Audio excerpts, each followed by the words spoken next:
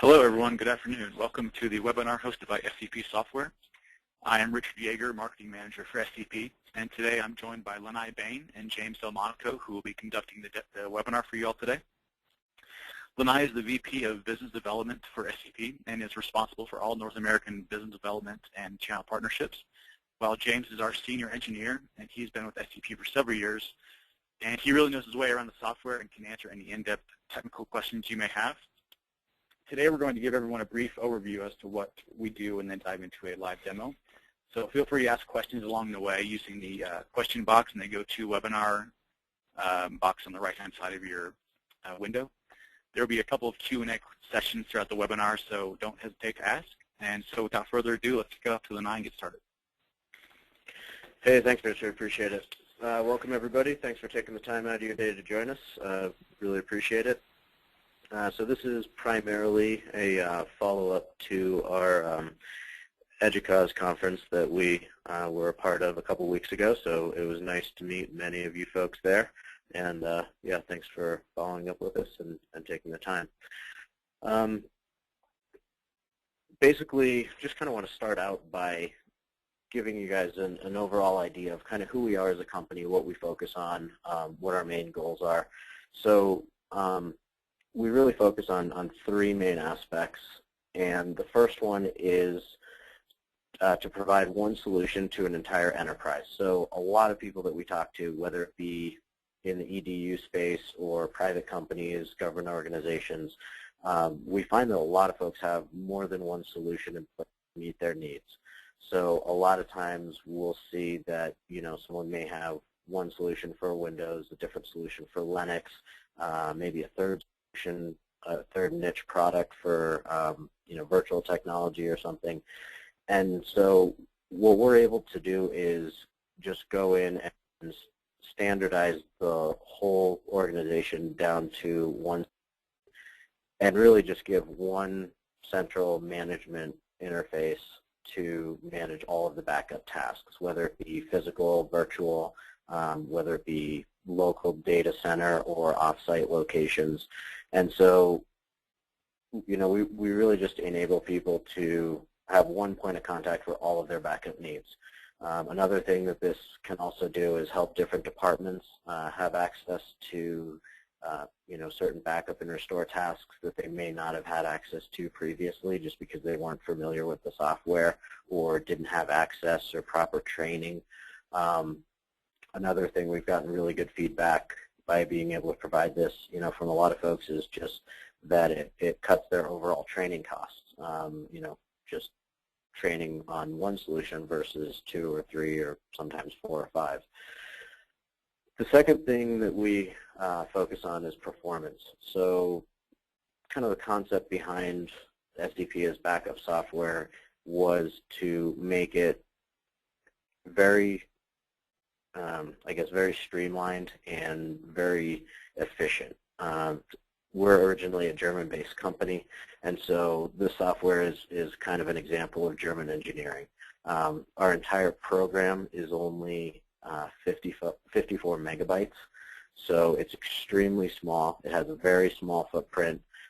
You know, unlike some of our competitors, you know, there's a couple that come to mind, you know, TSM or Tivoli, Avamar, Commvault. Some of those solutions have extremely large footprints, and instead of installing a 54 megabyte program, you're installing, you know, 3, 4, 10 or 11 different DVDs to get everything up and running. So our footprint's much smaller. It makes us much quicker, a lot more agile, and that kind of ties into our multi-streaming technology, which basically enables us to back up multiple streams of data at the same time to the same media. So we can back up multiple servers at the same time, or we could back up multiple tasks from individual servers. But basically, we just want to get the data from point A to point B to point C or D or however many iterations an end user would like to have of their data. We'd like to get it there as fast and as efficient as possible. And I think that we have quite a few examples and case studies that show that we're able to do that on a very consistent basis. The third main thing that we focus on is reliability. So I've given this example in the past, and some of you may have even heard me say it at the conference when we had met, but being a German-based company, we have to adhere to certain laws in Germany that are a little bit different than the laws in the U.S. And one of the laws there is that if we as a company tell another company that we're going to back up their data, our company actually becomes 100% financially responsible for that data. And so reliability is something that our product is really built around, and it's at the core of our ideology. So if our solution says, yes, we have a valid backup, and you get a confirmation, then 100% that all of your data is going to be there 100% of the time. And if something were to go wrong, if there was an interruption or networking issues or a server went down or something, it would definitely indicate that as well, just so you know exactly where your data is, if the task was successful, and if not, what you need to do to make it successful. Another cool little feature is that I kind of use a bucket analogy. A lot of other backup software, if you're running a backup and the task fails, it's kind of like filling a bucket up with water. And if the task fails, the bucket essentially gets kicked over because you're not allowed to access any of that data until the backup job is complete. With our solution, you're actually able to access any data that has been backed up before a failure occurs. So if your network were to go down, if, again, natural disaster were to happen or something out of the ordinary happened during a backup job, say you backed up 90% of your data at that point when something occurred, you'd actually be able to go in and access that 90% of your data at any time.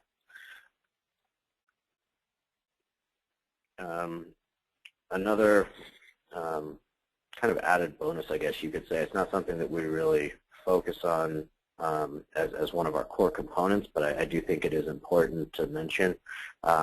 Just our cost of ownership and our overall purchase price comes at about 40% of industry average. It does depend, obviously who you're comparing us to, but overall it's about 40% of industry average. There's certain solutions that we come in at about 20 or 30%, and some more 60, 70%. It really just depends on who you're comparing us to. But in any comparison, it's going to be the best TCO and ROI for the performance that you're getting in the industry. Here's just a quick overview of some of the products that we work with on a daily basis, some of our technology partners and different platforms that we support. So on the left-hand side, on the operating system and file system, SEP can be installed, the main program itself can be installed on Windows, Linux, or Unix. So we offer quite a wide range for folks who may have very specific needs. A Unix data center, for example, wouldn't have to introduce Linux or Windows into the data center if they wanted to have keep everything 100% Unix. Likewise for Windows and Linux as well. On the application level, full support for Exchange, SharePoint, GroupWise, Lotus Notes, and then all the major databases are supported, as well as virtual technology, which we'll talk about a little bit later as well.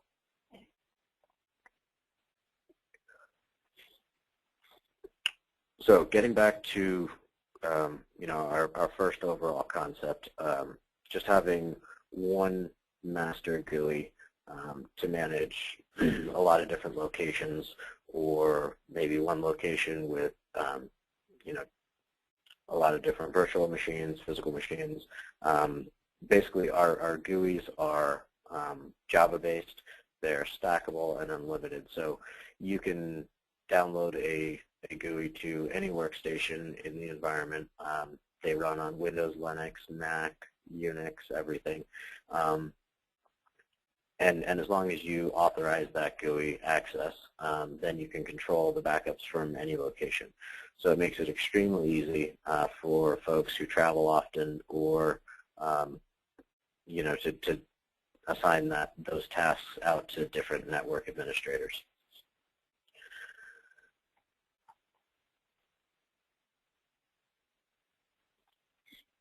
Okay, so the image that we have up on the screen now is just kind of an example of a common environment that we'll see. So on the left-hand side, we have a main backup server. To that, we'll usually have some locally attached disk storage. Sometimes that could be either in the server itself, or it could be a NAS or a SAN. And then you can see also on here, it is directly connected to a SAN as well. We have a tape library connected also, some network disk space. And so basically this is just showing that we can have you know, all these different types of backup media connected. We can write disk to disk. We can do disk to tape. We can do disk to tape, back to disk. So really gives us a lot of options. Also, we can see that we have a virtual host cluster there. So we have a bunch of VMs running either on that SAN or on a separate disk array there. A bunch of databases connected. There's several firewalls. So one of the cool things about SEP from a security standpoint is we're able to go through multiple firewalls, and we only need 2 ports open to do that. So I know that that's not the case with some of our competitors.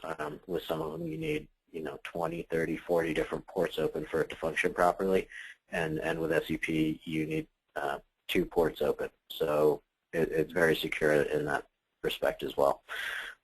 We also have capability on the right-hand side to send data out to the cloud. That could be a public cloud or a private cloud, just depending on end users' requirements. And we also have the ability to back up remote locations down below. So at those remote locations, we could have locally attached storage. So we'd be able to back up a copy of that data locally on site at that location, and then we could replicate or send another copy of that over to the main data center. And so we call that migration. So we're able to migrate that data from different remote sites to other remote sites, or we could migrate copies back to the main site, or do a combination somewhere in between.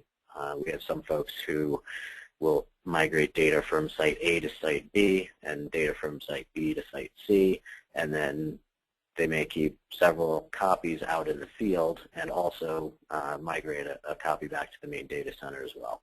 So very flexible as far as configuration and different customization requirements based on end user needs. Touching back on the multi-streaming, here we just have a quick little visual. On the left-hand side, we have 9 servers. And so the way our multi-streaming works, we could just basically kick up a backup task that would start all 9 of these servers at the same time. And so that would enable us at a minimum to have 9 streams running at the same time. The other thing we could do is to further break down the granularity of that. So maybe we have another task set up for all the databases that are residing on these servers. We could also back up if there's virtual machines on here, then maybe we could have another task set up for virtual machines. We could do file systems. We could run a bare metal backup at the same time. So it would be possible for us to have 2, 3, 4 or more streams coming from each one of these servers. And so being able to back up an unlimited number of streams to disk drastically reduces backup windows. We normally see anywhere in the neighborhood, usually from about 50 to 90% reduction in backup time, just because of the multi-streaming.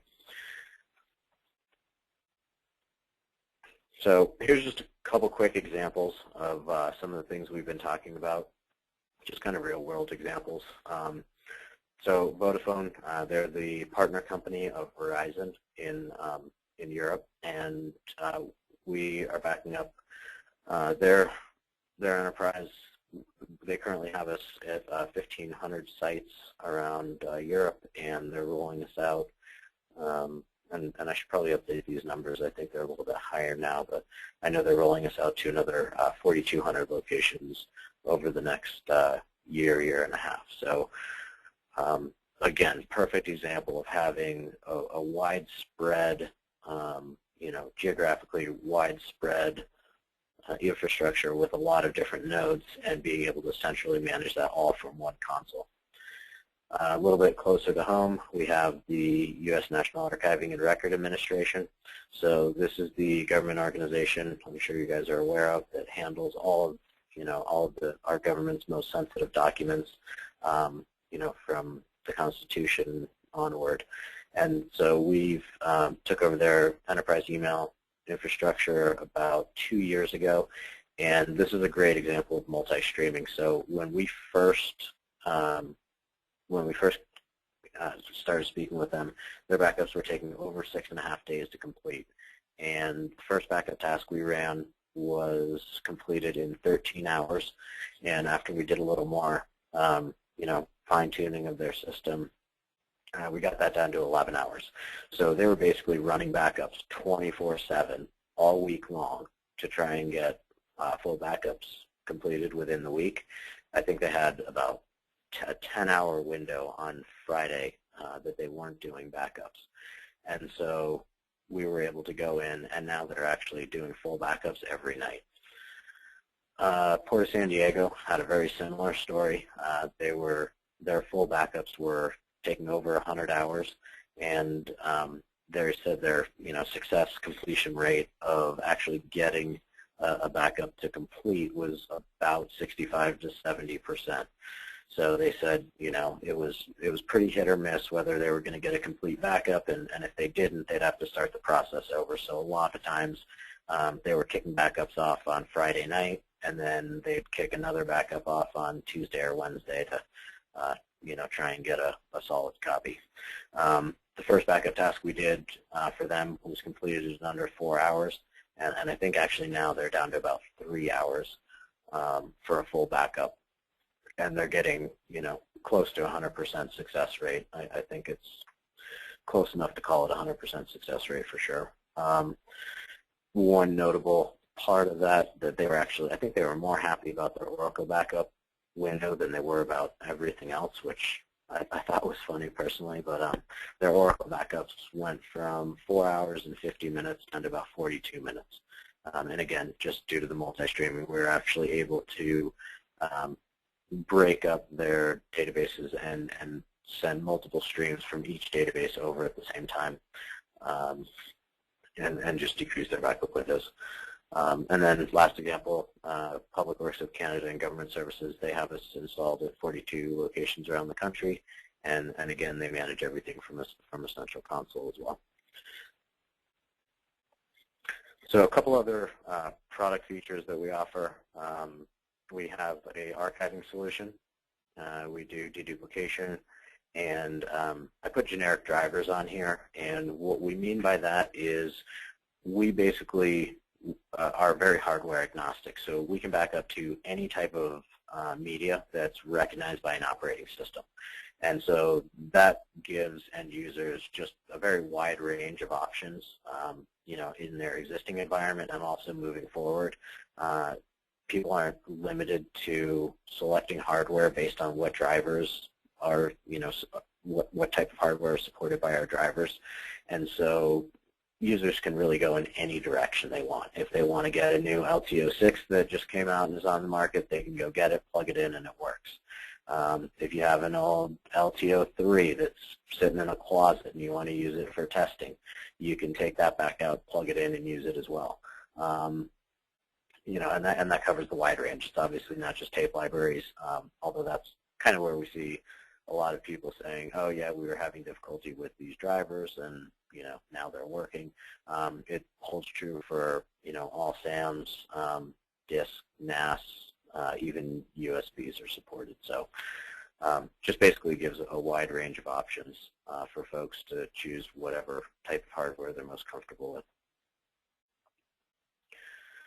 We also offer bare metal recovery, and so basically what this does is just a bootable image file. We go in and create a bootable image file, or we can, you can burn it to a DVD, so you have a startup disk, and that's for Linux, Windows, and also for Windows workstations.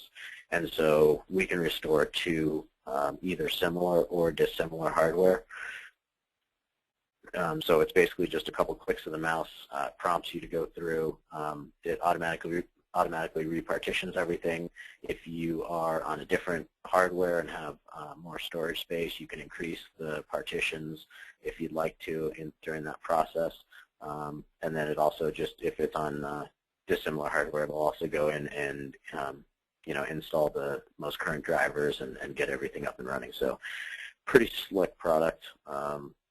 And definitely an enormous time saver in case of disaster or emergency, or even in the case of just simply using it for migrating from physical to virtual or virtual to physical, or something like that. So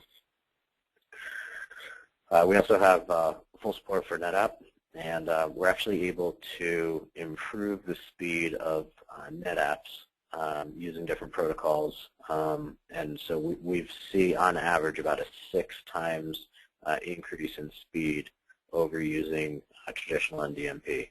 So again, feel free to ask any questions as we go through, but some pretty cool and performance enhancements that we have for NetApp as well. Full support for Microsoft Exchange. 2007 single mailbox restore, single email restore. Everything is DAG aware, and again, we can restore very granularly. So you can restore the entire instance. You can restore individual users or individual emails. Full support for SQL. We can do a couple different kinds of backups. We can do fulls, we can do copies, differentials, and incrementals, just like with most things. With fully VSS aware, we have point-in-time restore capabilities, and you can do cross restores of databases, and you can also, the log backups can be done with or without tourniquet options, which I know can be helpful for some. Full support for SAP. We've actually been partners with them for, I think, closer to 20 years now, and we have the highest level of certification of any third-party vendor for SAP. We also offer full support for all Novell products. I believe we're one of the last backup software companies that offers full support for Novell. So we communicate directly with the TSAs. Everything we do with them is native, so full support for GroupWise, NSS volumes, eDirectory, iFolder, and clustering as well. One of our newest modules that we have out is full support for Mac OS. So this can be Mac servers, workstations, or laptops. So anything running Mac OS, we're able to back up and fully support. So getting into our virtual technology, we support all the major virtual technology platforms, so Citrix XenServer, VMware, Hyper-V, also open source Xen. So one of the cool features that we have with Citrix is we're able to prevent activation loss. And if any of you are familiar or unfamiliar with what that is, basically if a Citrix VM gets blown away and you go to restore it, if it's a Windows machine, it'll ask you for the Windows product key code. And so you have to reactivate that. You have to either go find the key code, or if you don't have unlimited licensing, you'd have to purchase another license. And so for some of our customers, especially in the medical field, they have specific SLAs, excuse me, specific SLA requirements that they have to meet and have virtual machines back up and running quickly.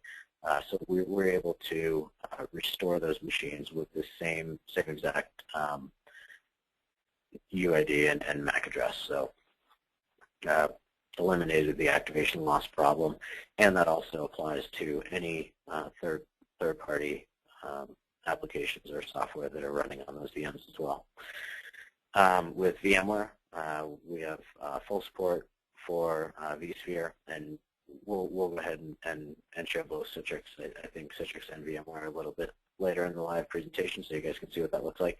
But basically, we just connect to the main vSphere server. It'll go in, auto-populate all of the VMware hosts, and then show all the guests that are under each host. And if HA is enabled, then we'll actually, go ahead and track the individual virtual machines if they, switch from one host to another. Some of the newer things that we also offer for that is we also have change block tracking capabilities. So if folks are doing full backups on the weekends and then incremental backups during the weekdays, you don't have to grab the full image level backup from the virtual machine. You can just do incremental backups during the days of the week, as you would with your file servers as well. So big reduction in storage requirements for backing up virtual machines, and also just obviously reducing backup windows throughout the week as well. Full support for Hyper-V and full consistency with VSS.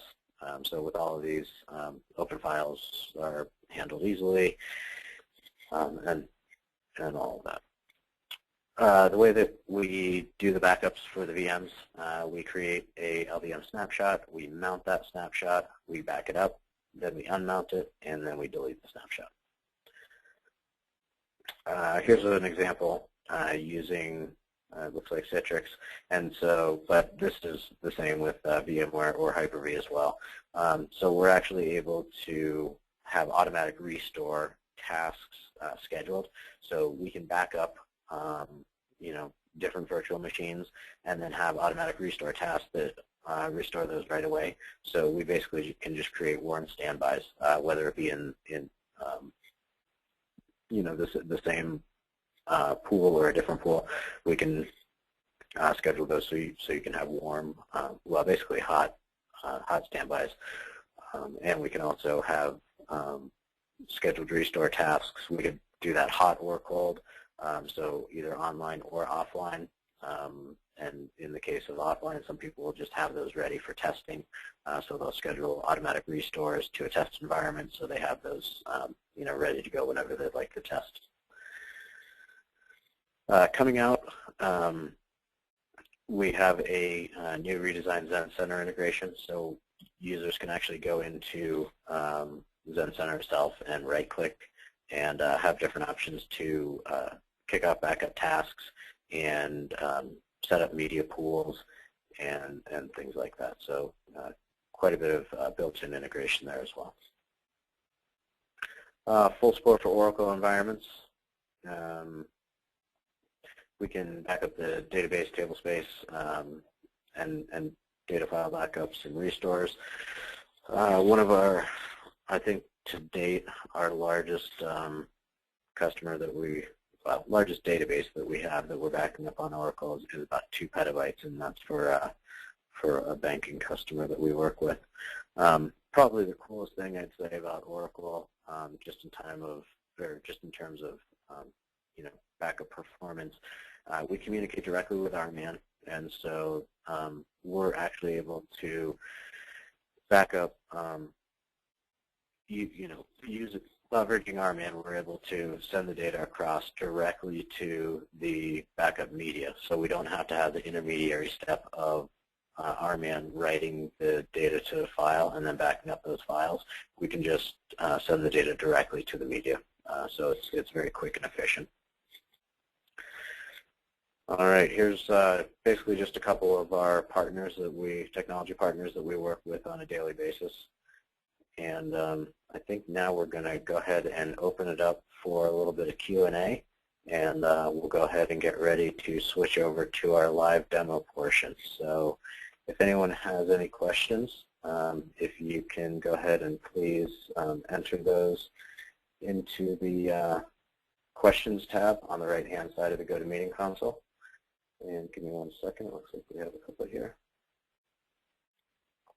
Okay, so there is a question here that says, can you restore individual SharePoint files?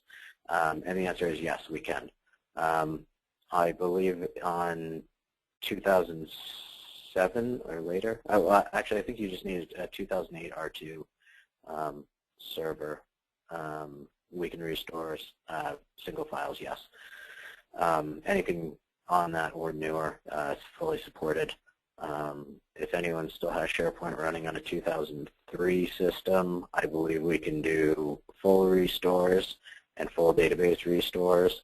I'm not 100% if we do individual files if it's on a Windows 2003.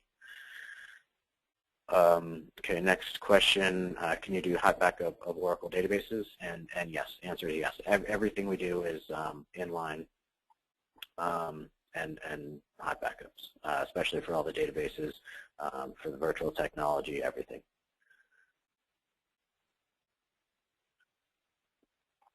Okay, if there's any other questions, go ahead and answer those. Okay, I have another question.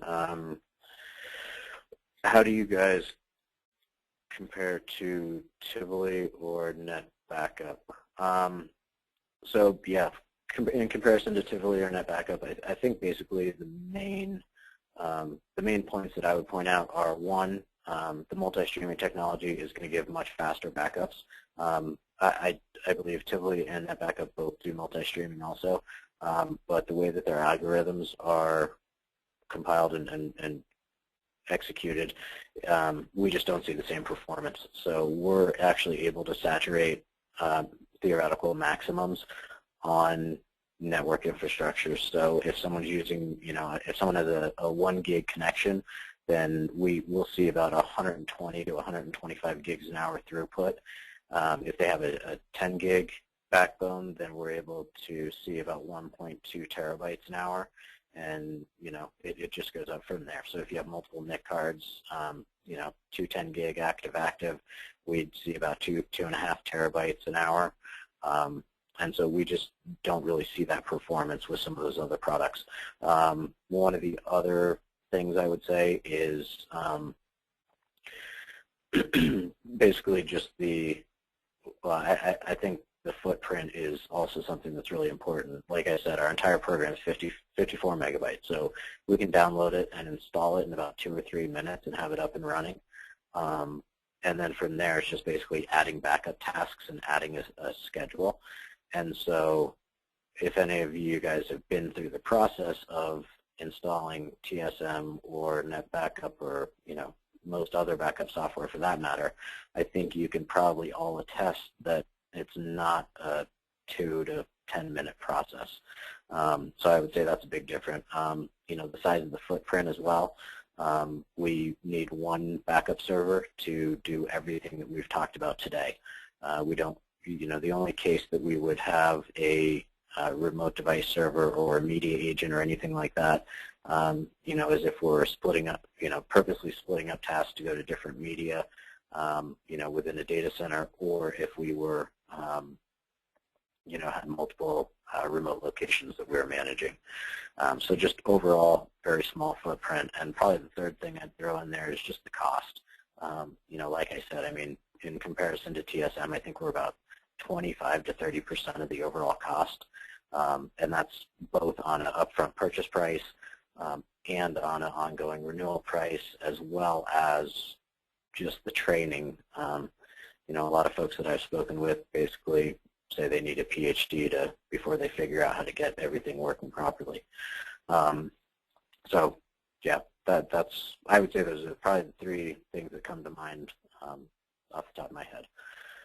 Next question, are IBM tape libraries supported? Yes, they are. Like I said, as long as they're recognized by the operating system, then we can back up to those, no problem. We have all different types of customers, ranging from very, very small companies up through enterprise. So we have, we have, single slot tape libraries or single slot tape drives all the way up through, to 2,000 to 4,000 tape libraries just in a single unit. Next question. Are we able to restore email items from GroupWise 2012 from backup, not just the last day, but several points in time? Yes, you can. That's fine. As long as you have, as long as you set up your schedule and have more than, the last day's copy of that backup, then yes, you'd be able to restore from any point in time of any backup that you had. And so actually, we can kind of go in and show the restore wizard and what that looks like in the live demo portion. But yeah, you'd be able to go in and choose the whatever backup you would like to restore from. So if you say, hey, we had, we know we had a successful task back on the 8th, and we know that that email that we're looking for was in on that day, then you just go ahead and select that day and then go ahead and restore from that point. So yeah, that's not a problem at all. Okay, any other questions? Feel free to shoot those in. It looks like that's it for now. So I'm going to go ahead and turn this over to James Delmonico here and let him get started with the live demo here.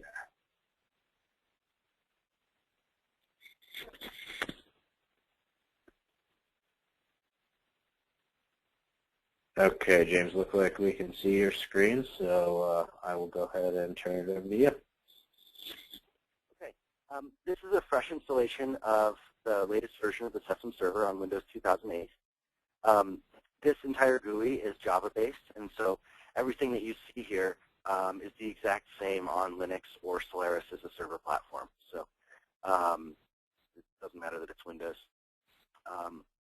By default, we create a little data store on the C drive on Windows or in the var partition on Linux and Unix. And this serves to keep the drive from getting full.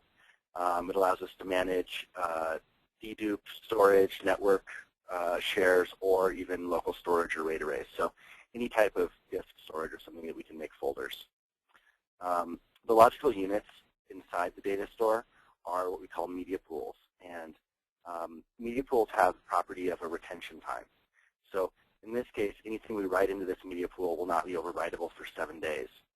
So if we're doing weekly backup to this pool, on the 7th day, we'd have 2 copies of the full, and on the 8th day, we'd have just the current version.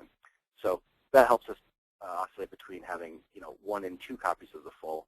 If we brought this down, we'd have change between 0 and 1 copies. So it's safe by default. This is a default tape pool created on the local machine. It has the same property, just a retention time frame. And media pools can do 3 things. We can back up data from clients to media pools. We can restore data from media pools to clients. Or we can migrate data from one media pool to the other. The system is storage and OS agnostic. So all media pools from all machines are presented flat here on the list, and they're all able to be target. Also doesn't matter, which storage it is. So it could be a tape on Windows or a disk on Linux or any combination of those. We fully support all loaders. We're able to do the barcode reading if we like. For those, import, export, all the common stuff. Multi-drive loaders. We're able to load balance multiple drives in one loader and use them both at the same time by default. Or we're able to isolate those or isolate sections of the loader to do different types of backup strategy.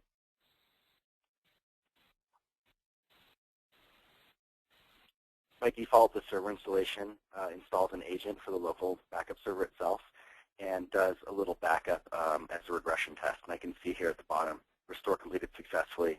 This green block indicates when this backup ran that it succeeded. Every time you do a restore in Sesam, it's saved here for 7 days by default. And that's real neat for the scheduled restore functionality because we can just configure restore manually through the restore wizard and then add that to a schedule. And then once we add it to the schedule, we get to choose whether we want to automatically restore the youngest or most recent copy of that task or any other version of it. And that's what lets us do automated restore from, create a standby virtualization cluster on isolated storage, or just to do live verification or create a warm standby on another machine. Restores are very capable in that you can restore across OS or to different nodes. Any data that comes from an API, like a SQL database or a virtual machine backup, we can restore that back into the API that it came from, to a different node on that same cluster or pool, or even to a different node or an isolated version of that API in a different system. Or we can dump the data out as files. So we can actually restore an SQL backup into an SQL file, or restore a virtual machine backup into a folder from the data store anywhere on a client if we wanted to do modifications before we restored it. So that kind of unties our hands from dealing with the structure provided by API resources. Commonly, we make a few groups in a professional installation to help us leverage the multi-stream and to help us keep a very simple schedule.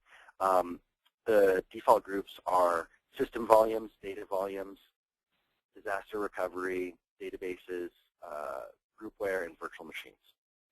There's no real limit to the number of groups. We found that that's just the simplest schedule that you can create. For this demo, I'm only going to create a virtual machine group. The idea about using the groups is once we create the schedule, we put all the groups into the schedule, and then in the future when we go and add a client, we add the client, we install the agent if necessary, we add the little backup tasks, and then we just put them in the group, and we know that the system will back them up correctly and on time. So that's a big time saver, because after the hour server implementation, then we're just plugging the jobs into the right group. Here's how we'd add a client. In this example, I'm going to use the Citrix host that this little VM is on. So we put in the host name of a member of the pool. Select the OS from the supported operating systems.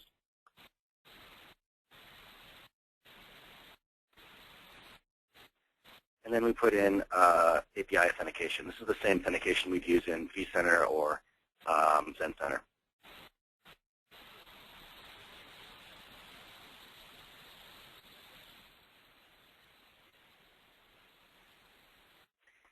Here at the data mover section, we're able to control the initiator. Normally, we'd always want to initiate the connection directly from the storage, but this allows us to control routing, because we can initiate connections from any machine in the system.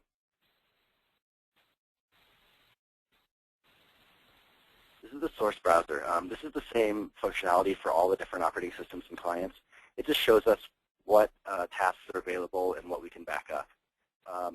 In this case, this firewall VM is the only one with a real network connection to the host, and it does some port forwarding for these other machines. This Windows 2008 is the one we're remoted into. So for this demo, I'd like to snapshot our router here while we're using it. Okay, so now I've added a task for a virtual machine. Since we're on Citrix, in this example, I'm going to also back up the Citrix pool configuration, everything that was done in the GUI, and also the host OS. With VMware, a very similar thing. We back up the SQL instance on the vCenter server, and that contains the same data. Okay, so now we've added a client and 3 backup tasks. I'm going to go ahead and put those 3 tasks into the group.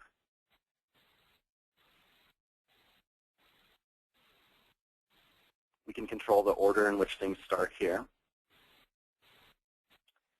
And then to emulate what a schedule would do, I'm going to immediately start a full backup. Full backup. Okay. All of the logs from the system that are generated agent level or on remote instances are here, job states backup. All of the data that's generated locally on the server backend is here in the day log. That would be things like adding tape, removing tape, moving things around in the loader, checking the license. Ultimately, this GUI we're looking at is just a SQL client. And so we're able to see everything that the every database query that it runs. So together with all this information, we can really see into the heart of the system, and there's no hidden registry or anything else like that. So we can actually see everything that happens. Here I can see our pool metadata already completed. There's a performance view down at the bottom so we can see how fast things are pushing data. This is a real interesting demonstration because here, we've snapshotted our actual production router while we're using it without any interruption. So you can really do, virtual backups on your own time without worrying about it interrupting users.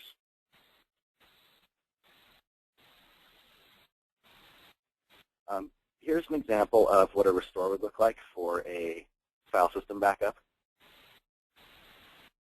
So we select the task that succeeded, we'd like to restore, date range for when we lost our file, select the instance within that date range.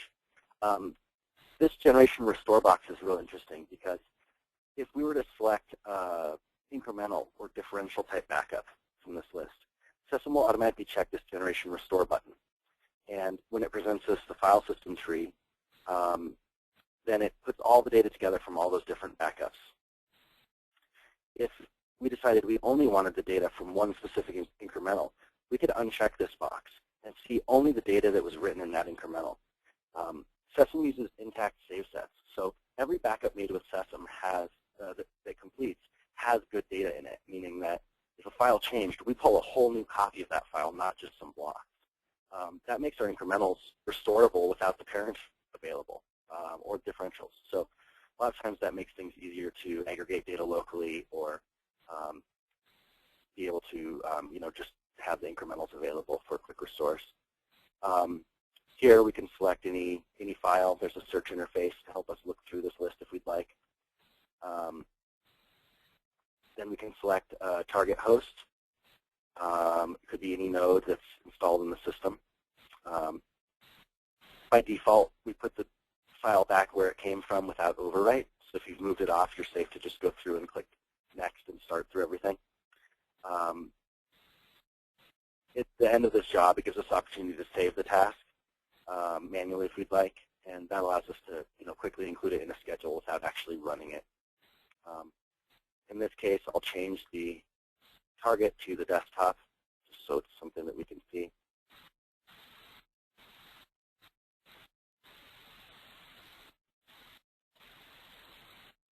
And I'm going to drop the tree structure so it just dumps the file rather than putting in the folders. And start. So that's it for a file-based restore. It's really the same thing for virtualization. Here in our job states backup, we can see backups are doing well, pushing data. This is the performance potential of the machine down here, limited by the SATA architecture. That's the basis of an actual Sesam installation, and everything you see here, is a real system in a live demo. At this point, I'm going to switch over to a actual production system, so we can look at something with a lot more machines connected. Just a moment to switch screen.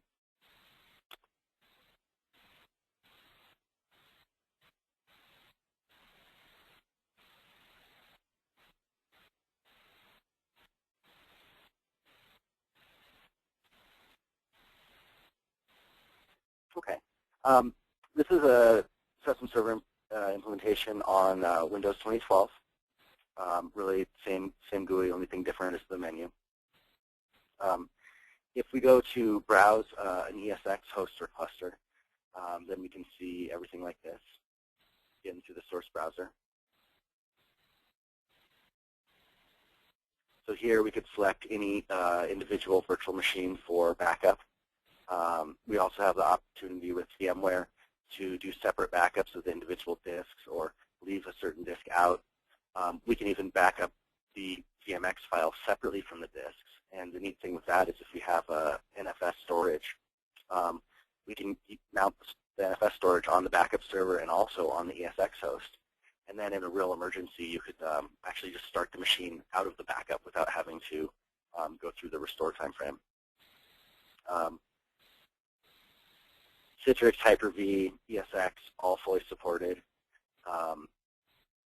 Additionally, there's Oracle backup. There's DR for Linux and for Windows. the DR and Bear System Recovery products allow us to untie the machine configuration from the operating system. So in the case of Windows, as soon as we've done a BSR backup with sesam, we know that that backup will be restorable to even a different hardware. We could go from one RAID array design to another, and that really helps us do the backups and not worry about having to go dig up the same RAID controller or dig up some old motherboard from eBay to try to get a machine restored. In the case of Linux, same features apply. It allows us to move from SATA to SCSI or any combination of storage that we'd like. There's inline stream duplication on the data targets or on the file system targets. So inside a data store, we could turn on deduplication and see real good deduplication rates. It allows us to run full backups every day and effectively only store the change rate. So that gives us a lot of latitude to have very large data sets and very small amounts of space. With the groupware components, we go for single message restore. So on all the modern GroupWise or Exchange type systems, you're able to drill down to the single message level. You see those in the GUI by the subject line. Our NetWare support, we treat NetWare cluster resources and OES Linux cluster resources as nodes. They work just like regular clients for us. So we're able to do things like backup and restore eDirectory, GroupWise, NSS volumes, iFolder from legacy NetWare or OES 1, 2, 3, and restore those directly onto OES 11. And so that gives us a lot of latitude to do migration and even automatic testing with the scheduled restoration. As far as storage goes, we're able to use an unlimited amount of remote device servers or remote machines to serve up some storage that they have. They could have tape loaders out there or drives or RAID arrays or even dedupe targets remotely. So at this point, I'd like to open it up for questions.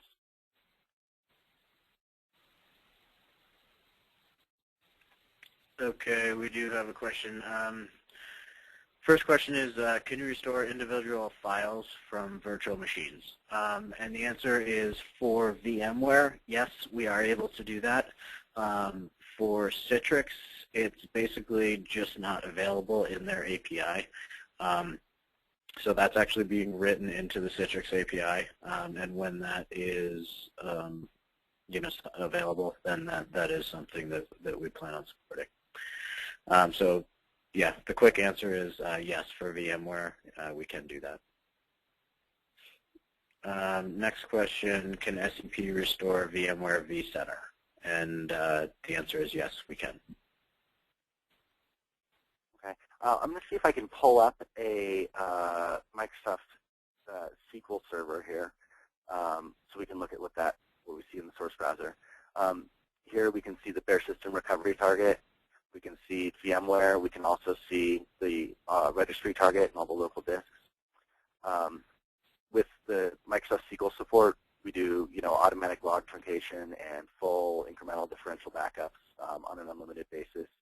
We're able to select the entire instance like this, or in this case, just the vCenter database. So you really get latitude to do a quick backup of everything that way, and then make it more granular moving forward.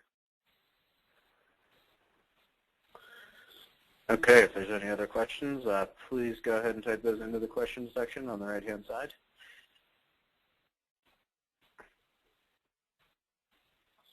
So one of the things that that I'd also like to offer to everyone who's joined us today, I guess first, if you do have individual questions that you'd like to talk about us offline with, that's fine. Please feel free to email us or give us a call, and I'll put up our contact info here once we're kind of done with the questions. If there's nothing specific that anyone would like to see in addition. And then the other thing I would say is, if you want to set up a test environment, if you want to run a trial, we offer a full functioning 30-day trial, and we're more than happy to kind of jump on with you and get things configured and help you get some tasks set up.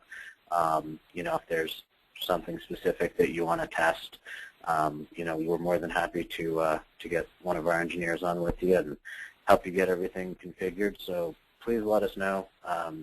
Shoot us an email, give us a call, and we're more than happy to do that. So I'm going to go ahead and put our contact info up here so that you guys have that as well. And go ahead and submit any other questions you might have. Give you a second to go ahead and get the last questions in. Okay, so there's our contact info. Like I said, feel free to reach out at any time. And it looks like, James, it looks like you did a great job. We don't have any other questions. So at this point, I will turn it back over to Richard to wrap up. All right. Thank you guys for taking the time to participate in the webinar today. And we'll be sending all those who registered a copy of the slides as well as a video recording of today's session. So be on the lookout for that. And if there's anything else you'd like to see covered in future webinars, please don't hesitate to drop us a line and let us know what you'd like to see covered, and we can figure something out. So yeah, we'll be hosting another one of these in November, so be on the lookout for an email invitation for that. So again, thanks for all who attended, and we'll see you on the next one.